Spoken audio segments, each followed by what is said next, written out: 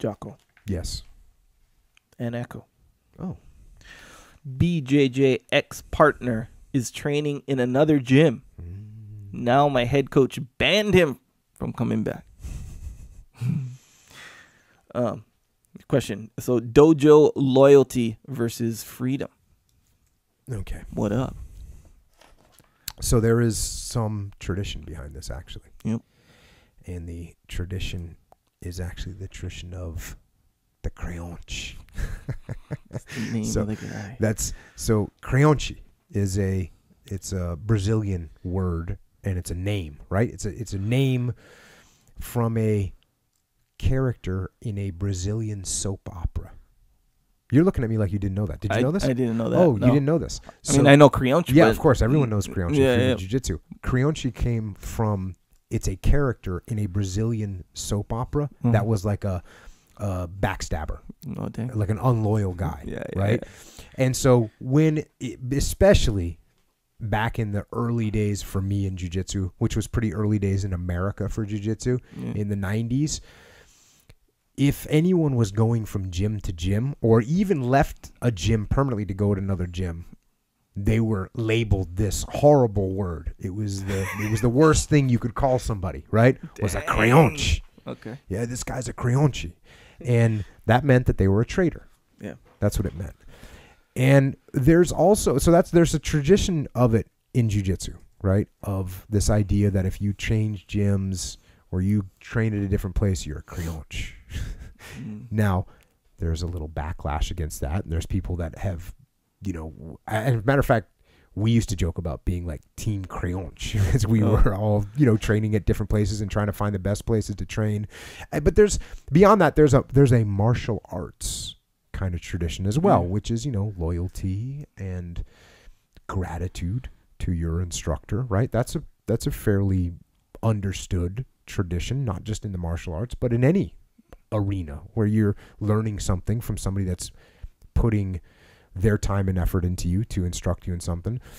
And there's also a practical level of reasoning behind this, and that is competition. Yeah. Right? So if you're going to be competing and you compete with a guy at your gym that's got an unbelievable triangle, and then somebody else comes from another school and they are basically rolling with that guy and they see he's got a really good triangle. Now you're in a competition against that guy and he tells his buddy, hey, that guy you're going to compete against has a really good triangle. Watch out for his triangle. Yep. That can change the outcome of a match. Yeah, he knows the details of it, all that stuff. Yeah. That can change the outcome of a match. So there's a practical level to it. There's also sharing moves, right? And if certain schools might have a really good series of moves and all of a sudden someone goes to train somewhere else, they can share that move. And that's bad. And what's interesting is in every business, most businesses that I work with, I should say, they have their own little worlds, right? And they have their own kind of loyalty and creonte. And if you're at, you pick an industry, people are good in that industry. And when they change companies, they bring with them the same kind of thing. They bring maybe some secret sauce, maybe some moves, maybe they know some personalities. They know the weakness of that other company. So when they leave, there's a loyalty factor that comes into it. Now, that being said, loyalty goes both ways. And I've talked about this before. The student should be loyal, right? But the teacher has to be loyal as well. That means they have to be teaching solid stuff. That means they need to train correctly. That means they need to offer enough classes, all kinds of things, right? The teacher owes some loyalty to the students. And on top of that, this is America, right? This is America. And in America, you pay to go to a school. You pay money, right? It costs you money. And I always use this example when people ask me about this. In America, just because you normally get your pizza from Domino's doesn't mean that if you feel like it, you can't call up Little Caesars and have some come. Because it's America. Yep. And if, guess what? If Little Caesars makes a better pizza, you're going to maybe order even more often. Yep. So there's competition, right? And you want to end up where you're getting the best pizza. Yep. And there's so there's some advantages to looking for that good pizza. There's some advantages to traveling around and good training at different places, because you're going to get different schools with different instructors that have different specialties and different styles. Mm-hmm. So that can be advantageous. There's also some disadvantages to school, going to a bunch of different schools. Number one is your teacher doesn't really know you. So now your teacher doesn't know your style, doesn't know what moves would be good for you.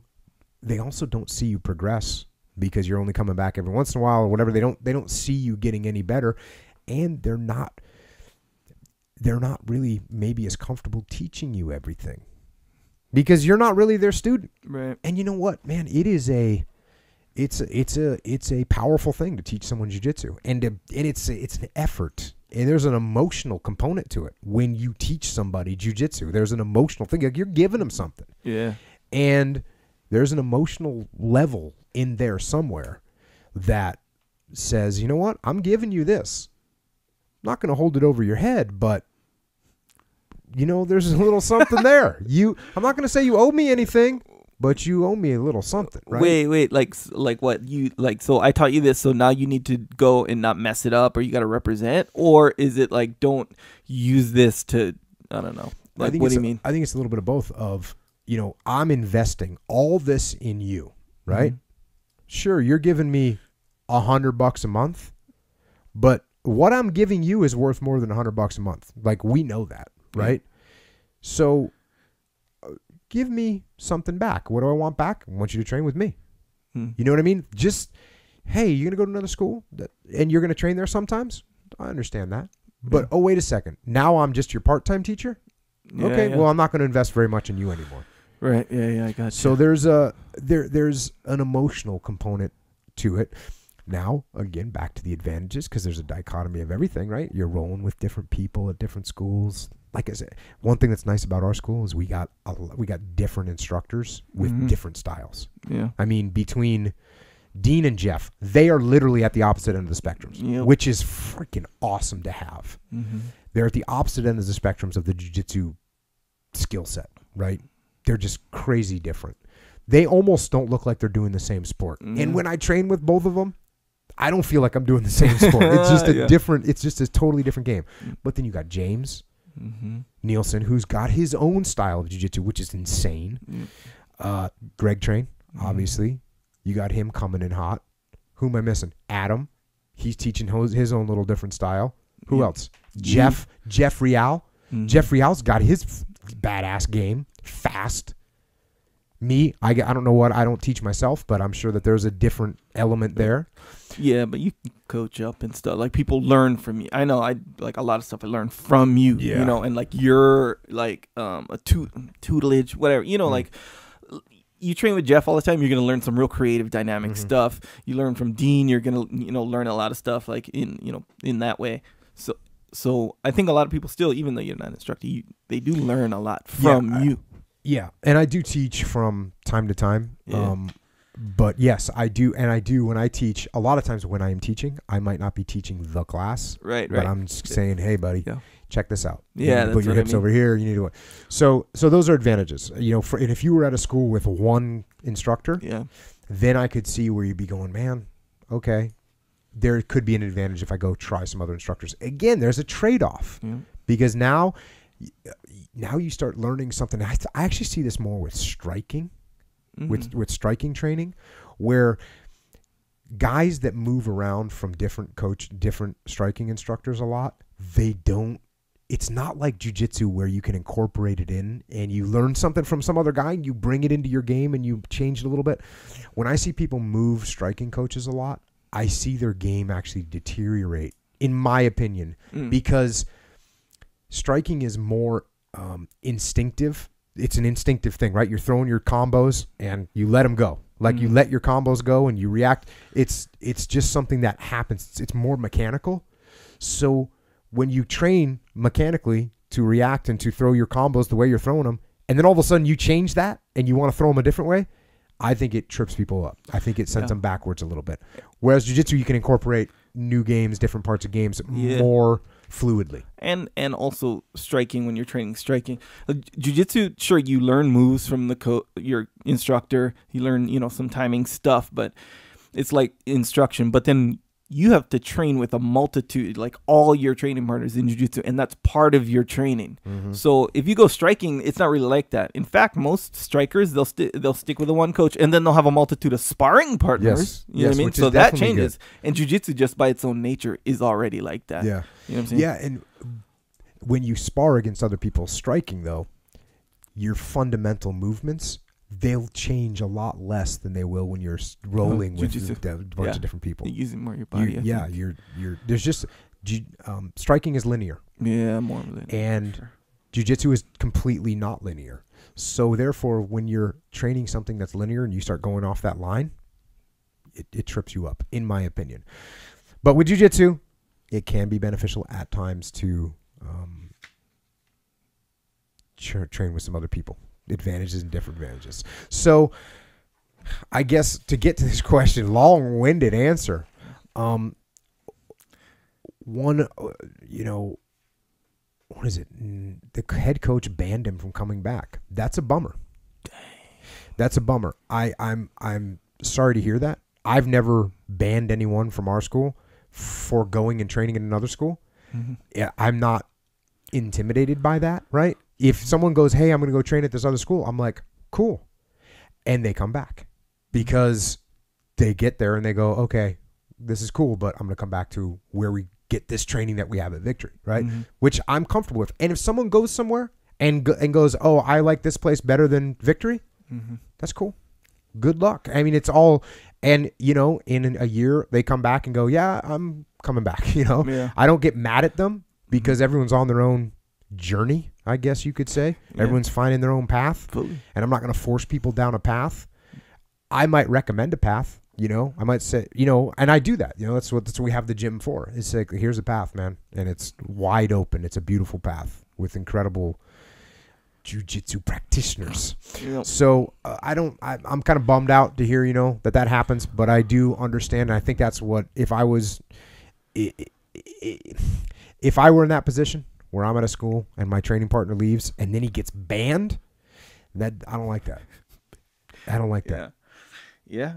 I think it's a bummer. Yeah, I think so too. I agree with it. And here, everywhere is kind of different. Here is kind of a situation here in Southern California. God, especially in San Diego. It's a ridiculous situation. Yeah, we got the jiu-jitsu everywhere. Everywhere, yes. So it's literally on every street corner in some cases. Yeah, you can literally walk comfortably. It's like one block to the next one, and it's a good one too. That's the thing. Yeah, there's jiu-jitsu schools everywhere. I'm sorry for those of you that live in the non-jiu-jitsu parts of the world.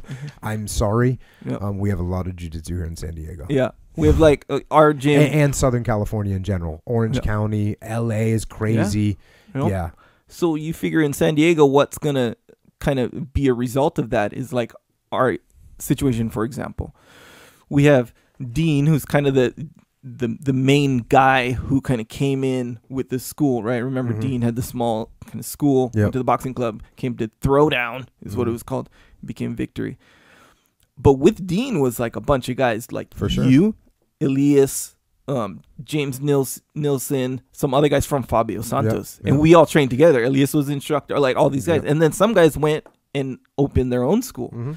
Now, as a result of that whole situation, sure, we have other schools, but they're kind of still our guys in a weird way. Yeah. They're different things. So if I go train with Elias, Johnny Faria, another one, he was my instructor for a little while. I'll go train with Johnny sometimes. And then, is that a Crianchi situation? No. Yeah, I mean, even technically, is that a Crianchi situation, though? Oh, you're asking me technically? I would say you this. Back 10 years ago, that would be a major Crianchi situation. It is. Is it right now for me? No. Yeah. I want you to get better at jiu-jitsu. Right. Yes. And if you got an opportunity to go, you're going to go train at another school. That's cool. Yeah. Because it's going to make you better. It doesn't offend me. Yeah. You know what? I'm not a jealous husband, right? I'm not jealous of that. I don't think, oh, what if he goes and never comes? I know where it's at, right? And so it's all good. You know who I'm coming home to. Huh? Yeah, that's right. That's right. Well, I think the culture just in general is shifting, and I think this like in Southern California, it's gonna be more like this, like way more laid back. Of course, you get little tiny groups of people who still believe that, even though, but the community is like that. In fact, if you consider Studio 540, that's a Creonchi gym. Yeah, it's an actual. They might as well be called Creonchi capital, all the way down to the instructors. Now, Fabio Santos will teach there one day. Fabio Santos has his own gym, by the way, or his own academy, by the way. Same thing with Higgs. Like all, these are guys who came from other academies, and they invite whoever. And they actually have other academies currently. Yep. Yeah. And you can go I visit all the time. Everyone knows each other, so it's like the culture is different now. And I think with our gym, it's not as pronounced as that. But we definitely, people come in every day from all over. Yep. How many different gyms were represented today for open mat? There was guys from all over San Diego, guys from all over the country. Yep. Victor showing up from Seattle, trooper wanting to get his game on. Yep. Right on. Ivan Salivary guy. Yeah, that's right. Yeah, beast mode up there. Yeah, he was good, and that's the cool thing. You said it. Dean said it. He said, "I encourage you to go to other gyms." Or, not to be some weird spy, but he's like, bro, if you want to go get training, because I was going up to Eddie Bravo's one. This was a long time ago when he was at like Legends, and I was going up there for work or whatever, and I knew about that. Or it's like, oh, is that kind of backstabbing if I go train? What year was that? You didn't tell me that you were doing that. Actually, I did. It wasn't about Eddie Bravo's one, but it was about something else. I did tell you, and he said the same thing. He was like, "Bro, you get as much training as you can. Yeah, if you want to be a part of this like association, academy, or whatever, then that's up to you. And I'm glad you're here or whatever. And I don't think personally that you're gonna do it, but bro, you're here to learn jujitsu. Yeah. And if you can learn some jujitsu over there, like more of a certain type than you can here or anywhere, fine. Go do it. Yeah, he said the more jujitsu you learn, the better. So I was like, dang. Quote from Dean Lister right there. Yeah. The more jiu-jitsu you learn, the better. Yeah. And then so even to kind of go above and beyond that is when let's say, what I got to interject here is, especially for some of these academies out there, man, jiu-jitsu, it's like you're a doctor. Because you went through 10 years of school to get your black belt, just like a doctor goes. And what sucks is when you're a doctor, you make X amount of money. It's a very steady paycheck, and you're kind of set. Jiu-jitsu doesn't mean anything. That black belt that you worked 10 years for doesn't get you paid. So the reason I'm saying this is some of the people that are more defensive about this, if they're an instructor and they have a small academy, you're financially supporting them. They worked hard to do that. They've invested in you. They're counting on you. So when you just go, I'm going to go train somewhere else, that not only does it hurt them emotionally, like I said, because, man, when you put some effort into somebody, you feel like, oh, you're going to leave after I gave you all that? And you didn't give it to them because they paid, but you gave them. The value that you get out of jiu-jitsu is not worth $100 a month. It's worth $1,000 a month. It's worth a ton of money. Keeling put that on his on some social media post because he got his black belt. And when he did, he's like, well, you're rich when you got something that money can't buy. And that's the truth, right? True. Yep. But that black belt doesn't get you any money. It doesn't mean anything. So there's another component to this whole thing that if you're leaving and going to different schools and someone's thinking, oh man, I'm going to lose, this is how I feed jiu-jitsu is, you want to become a jiu-jitsu instructor, you're generally not going to become a rich person, right? Mm-hmm. Not financially rich. Mm-hmm. So there's that component too. Now, luckily we have a big gym and it's a little easier for guys to come and go. It's okay. Yeah, we're not sweating it as bad. Yeah, so you gotta keep that in mind as well, that your coach that's poured more than what you've paid him. Yeah. Because I don't just want to say, hey, look, I'm paying for this instruction, so you owe it to me and I'll go do whatever I want. That's too base of a statement to make, because truly jiu-jitsu has more value than the $100 a month that you're paying for it. Yeah, and you'd really, as a quote-unquote customer or member, everyone's different. There's exceptions to this, but generally you don't want that anyway, even if you think you do. Like, I can be free to come and go, and technically you are free to come and go as you are, but don't think that like everyone's gonna be just 100% fine with it all the time, because when you come in, like I said, like it's a kind of a two-way street. Hopefully, I hope my coach takes pride in what he taught me. For sure. I hope my coach is like, I care about how good you become. You know? Sure. I hope he's not the guy who's like, give me the check, I'll teach my moves, and who cares about how good you get? And I don't want that guy. You don't want that guy. Yep. So there is that, and so that makes sense. It is that two-way street. But as a competitor or practitioner, a guy learning, so that's a student, especially when you reach a certain level and you've been training with kind of the same, even like 20, 25 guys. We'll say you've been training with these same 20, which is a lot of guys, by the way, to always train with. You've been training with them for, I don't know, whatever, 8 years, we'll say. And then you go to another gym, man, that's a way different look. So it's like fresh, brand new types of training, you know? Oh, it's like you're almost going to competition, but you're not competing. Because when you compete, you get to go against people you've never trained with before. Yeah. So yeah, different guys, different, and that's aside from even the different techniques. What do you normally? You know what I find when I go in those situations when I train with somebody that I don't train with all the time. It's you feel a lot better at jiu-jitsu because they don't know your game. Yeah, they don't know your game, and everyone's got their own little special thing. Yeah. So I always feel like a little bit better when I go. Yeah. See, and that's part of my point, where if you train with 25 guys, those 25 guys, they know your game. And not to say it's not good training, it's good training, but they know your game. So it may not be as accurate as far as like competition or something like that after a while. So when you go to these new places, that's an additional layer of training you get. Yeah. You know, another subject on this is it kind of always bummed me out when I would hear from my jiu-jitsu friends that we've been in San Diego for 20 something years, and all of a sudden be like, oh, we can't come to your school because our instructor doesn't want us to. And I'd always be like, bro. That's so that's like, I wouldn't tell somebody that. I'm not trying to control people. Yeah. And it bums me out. Yeah, so that actually brings up another subject that I feel like I have to talk about because we got a lot of people out there that are starting jiu-jitsu for the first time. A lot of troopers that are getting in the jiu-jitsu game, which is awesome. It's awesome. And I get a lot of people saying, oh, what school should I train at in wherever? Throw a dart at a map in America, and that's what they're asking me about. Yeah. First of all, I don't know all those instructors. Now, generally, you know, somebody that does jiu-jitsu will look at a website and see what a guy's credentials are and say, yeah, that guy looks like a legit black belt or a legit brown belt. Or even a guy asked me the other day, is it worth learning from a purple belt if there's no one else around? I'm like, absolutely. Absolutely. So, but people ask me about these schools, and I kind of give them my best guess. Like, you know, I'll take a look at the website and, you know, see if there's a black belt. You don't need to ask me, by the way. Google, look at their record, make sure that they do Brazilian jiu-jitsu, not some other form of jiu-jitsu.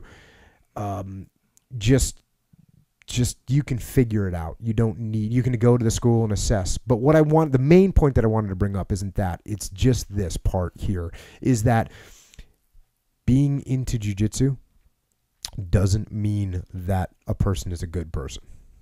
And being a black belt in jiu-jitsu doesn't have anything to do with their character as a person.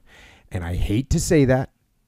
And there is a level of to be a black belt in jiu-jitsu. Sure, you could say in general it means you're a committed person. In general, it means you're a hardworking person. In general, it means that you've been humbled by your experiences on the mat. In general. But it is no way a fact. And there are people in the jiu-jitsu game that are swindlers and thieves, and they're untrustworthy, and there's black belts in jiu-jitsu that can be bullies, and there's people in jiu-jitsu that can be predators.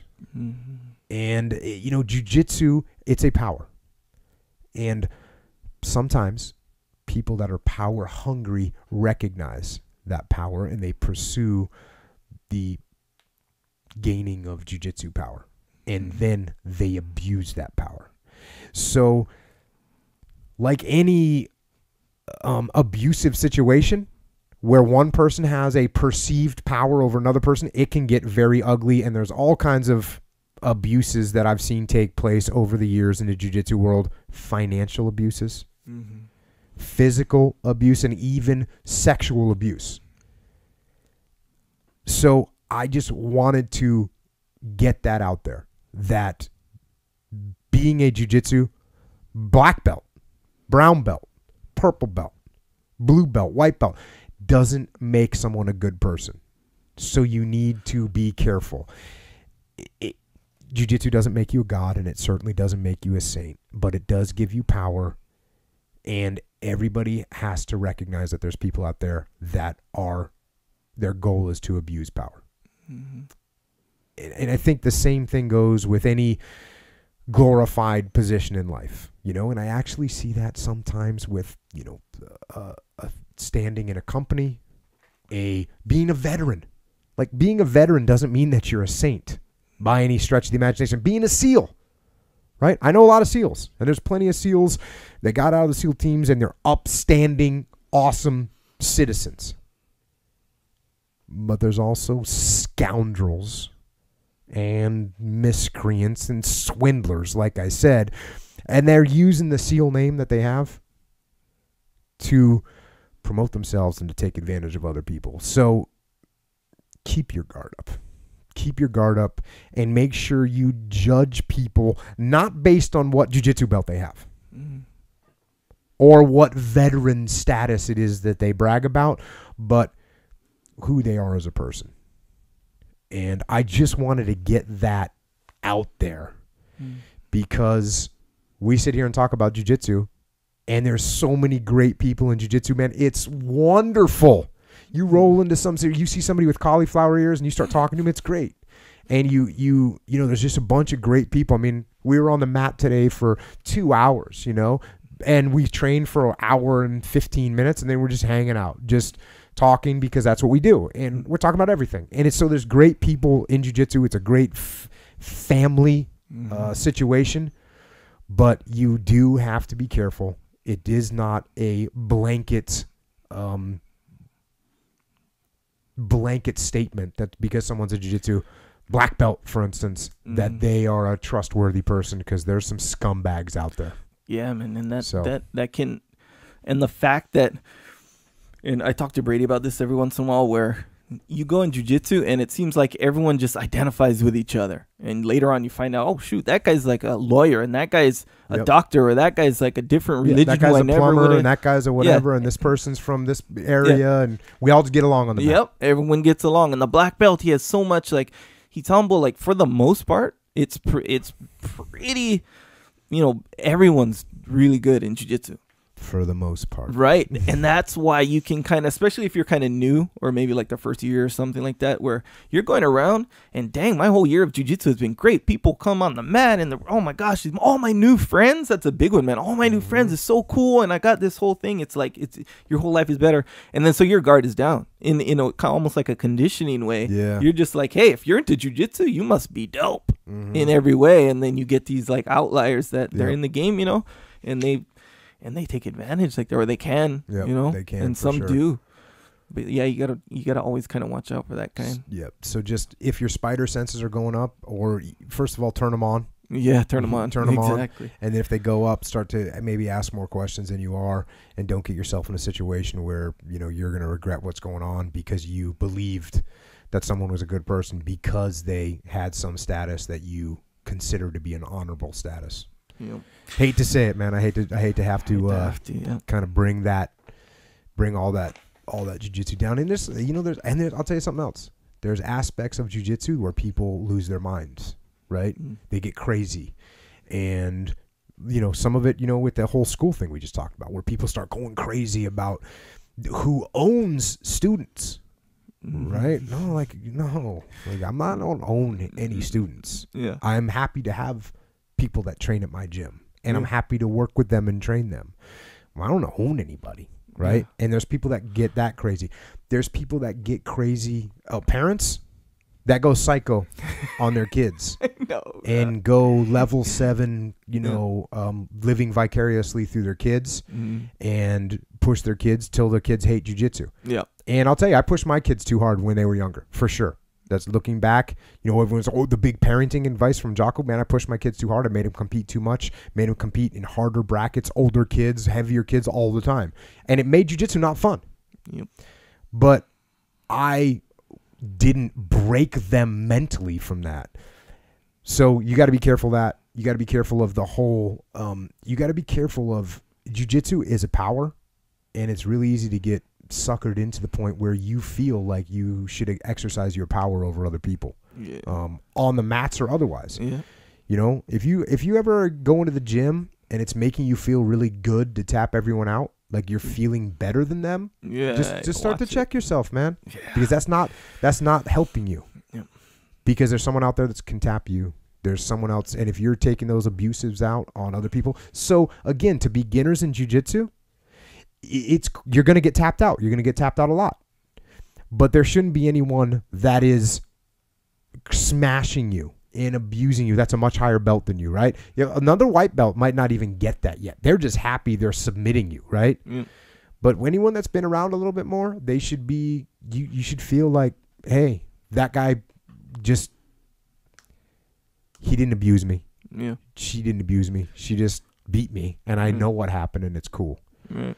Yeah, and even that's kind of weird and interesting too, where abuse can come in weird different forms too. You know, like because there's a difference between so like Jeff Glover, for example. Mm-hmm. If Jeff Glover is, because he has fun when he rolls, that's a big part of his game. And let's say, I'm a new white belt, maybe, you know, and I come and roll against Jeff Glover, and let's say it's a 6-minute round, and just in training, and Jeff taps him out 25 times. That's not abuse. No, you know, he's just doing submissions hold on you. He's doing his thing or whatever. If someone's like grinding you and doing, you know, abusing you or trying to make you look stupid or something like that, because like, oh yeah, I know jiu-jitsu, you don't, kind of thing, or maybe there's some girls that he's trying to, then that starts to get into abuse. But don't ever watch me and Dean roll, because when one of us is having a good day and the other one's having a bad day, it's straight up abusive. Right, but that's you and Dean. We have fun, and you'll notice that when you establish like solid training partners, bro, that becomes part of the game. I'm gonna try to abuse you, and so that's different. That's what I mean by it's so different, like dynamic as far as like recognizing what abuse is. Because if you get tapped out 25 times, and it seems like, dang, you didn't have to like go black belt on him. He's a white belt. Well, yeah, he went black belt on him, but he wasn't abusing him. Yeah. You know, I mean, that's like that's well within the confines of the game. For sure. Know? For sure. There's a big difference between that. And you know, this, to translate this for people that don't do jiu-jitsu yet, think about also this with any status structure, right? In work, in the military, in the hierarchy of any company or industry, where if you're feeling good about bossing people around, you're doing something wrong, man. You're doing something wrong. If your goal of what you're doing is based on you, if you're saying, look, I'm gonna be the best, and I'm gonna be this is what's important to me, if that's what you're saying as a leader, put yourself in check, because that's just pure ego coming out. When you're saying, look, I want to be the best in this. And I think there's a weird thing that happens with people that are go-getters, and they hear someone that's a go-getter. They'll hear some person that's been successful in business, and that person that's been successful in business will be like, you know what? I said I was going to be the best, and here I am. I'm the best. And you got to set your goals, and you got to put them out there, and you got to let everyone know that you're going to run them over if you get in your way. And that sounds really cool. And I guarantee if you went back and you followed that person through their career, they were not like that. They were politically sensitive. They understood other people's needs. They didn't go, hey, nice to meet you, I'm going to take over this business. No, they didn't do that. They said, hey, nice to meet you. How you doing? What are we trying to make happen here? They made it a goal for the team. Even if the deep underlying goal is a selfish one, let's say, the outer goal should not be that. It should not be, hey, I'm going to be the best. I'm going to be the ruler of this company. I'm going to be. No, we don't want to hear that. Like when you just take, I want to be the president of the United States. Who wants that person to be president of the United States? I sure don't. I don't want that person to be president of the United States. If someone says, I'm going to be the CEO of this company. Now, what do you think of that? You think, okay, so this person's ego is really, really big. And you think to yourself, you know what? That I don't like that. You need to put that. So if that's your attitude and you think you're being fired up, keep that goal internal. Don't be announcing that goal. Even though it says state your goals and let the world know you're here. No, because you sound like an egomaniac. What you should say is like, you know what I want to do at this company? I want to help this company grow the best I can. And you know what's important to me about being in a leadership position? What's important to me about being in a leadership position is making sure that the people underneath me, they get better and they reach their goals. This isn't about me.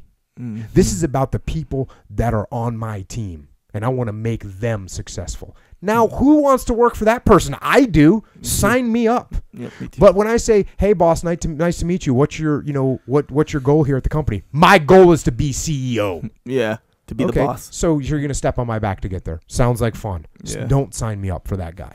I don't want to work with that person. Yep. I want to work with somebody that's about the team. And I don't want to work with somebody that's going to be abusive, just like I don't want to train at anybody's jiu-jitsu academy that's going to have that abusive mentality. Yeah. And they're out there. Yeah. So I wanted to tie that back into the business world. I'm the instructor.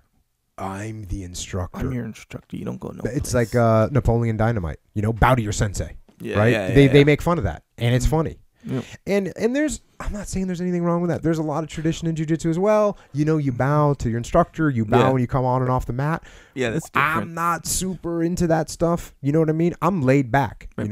I'm pretty laid back when it comes to the jiu-jitsu traditions. Yeah, most of the bowing to the instructor in jiu-jitsu is more like bow. It's like bow to jiu-jitsu almost, like, and not bow like bow down. It's more just, it's like show respect. Like if you go to even more traditional schools, even when Morongo was teaching at our school, you bow to all the instructors because they're the ones providing the jiu-jitsu, and then you bow to Helio Gracie because he's the one who kind of provide. So it's more about the jiu-jitsu. Yeah. Not like bow to your sensei. It doesn't have that feel. And you got to make sure that you're not getting that crossover where it goes from, hey, bow to jiu-jitsu and pay respect to a beautiful thing, to bow to me. Yes, exactly. And it's the same thing in the business world. If you're saying, look, there's nothing wrong with treating your CEO with respect, and your CEO should be treated with respect, or your boss, you treat your boss with respect, absolutely. Mm-hmm. Like, hey, boss, what do you need me to do? Hey, sir, in the military, you call the senior officers sir. There's nothing, you shouldn't feel degraded by doing that. But if, for instance, in the military, if it's like, hey, you call me sir, okay, I see what I'm dealing with here. In the business world, if people are, if you as an individual are thinking, you better show me the respect I deserve. You got issues. You got issues. You got to earn that respect. If someone's not giving you respect, don't look at them and demand it. Yeah. Look at yourself and demand that you become a better leader where they give you the respect, not because you asked for it, but because you deserved it. Yeah. There's a big difference. That's funny, man. Give me the respect I deserve. Give me the respect I deserve. Most of the time, not all the time, most of the time when someone says, give me the respect I deserve, it's when they are being given the respect they deserve, which is probably not that most much. of the time when people are saying, give me the respect I deserve, they don't deserve the respect they're asking for. That's what I mean. Yeah. They need to get their head together. Awesome.